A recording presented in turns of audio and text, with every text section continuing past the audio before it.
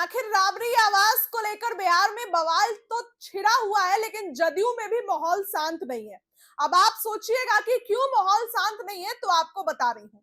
नीतीश ने कुर्सी छोड़ दी, ये आपको पता है, लेकिन कुर्सी सिर्फ बिहार सीएम की छोड़ी है, ना कि जदयू की कुर्सी। अब नीतीश कुमार के कुर्सी छोड़ने से ही देखिए अब एक्टिव हो गए हैं। सबसे पहला विजय चौधरी के घर पहुंचे, बोले शाम में मेरे यहाँ आइए, एक एक बात बताइए। दूसरा, विजय चौधरी के घर पहुंचने के बाद अगले ही दिन संजय झा और विजय चौधरी के घर पहुंचे, और आज मंत्री लेसी सिंह को नीतीश कुमार ने सुबह सुबह बुलाया।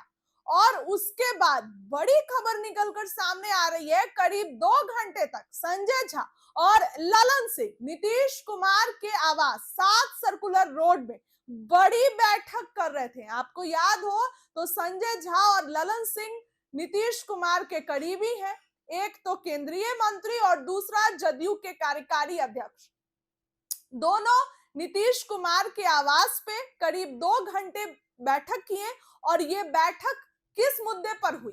ये बैठक एमएलसी चुनाव को लेकर हुई है। जी हाँ, 9 सीटों पर चुनाव, 1 सीटों पर बाई इलेक्शन यानी उपचुनाव होना है। अब इन 10 सीटों का चुनाव जदयू नहीं चाह रही है हारना। 1 सीट पर आरजेडी भी दावा ठोक रही है, क्योंकि 1 सीट के लिए 25 विधायक चाहिए, जो कि तेजस्वी के पास है। अब उस 1 सीट पर भी जदयू कब्जा जमाना चाह रही है। अभी तो इनके प्रत्याशी कन्हैया प्रसाद की हार हो गई, नीतीश इसलिए सब कुछ खुद मॉनिटर कर रहे हैं। बड़ी खबर, संजय झा और ललन सिंह नीतीश कुमार के आवास से निकले हैं। गहरा जो है खूब मंथन चला है, खूब बातचीत हुई है, लेकिन इसमें अभी कुछ भी क्लियर नहीं हुआ है कि आखिर कंक्लूजन क्या निकला है, निष्कर्ष क्या निकला है। नीतीश कुमार ने लिस्ट अब जारी करेंगे, क्योंकि कल से ही नामांकन शुरू हो चुका है। 8 तारीख तक नामांकन होगा और उसके बाद सब कुछ क्रिस्टल क्लियर हो जाएगा कि जदयू के तरफ से कौन प्रत्याशी। एक तो निशांत का नाम पता है, ललन मंडल का नाम चल रहा है,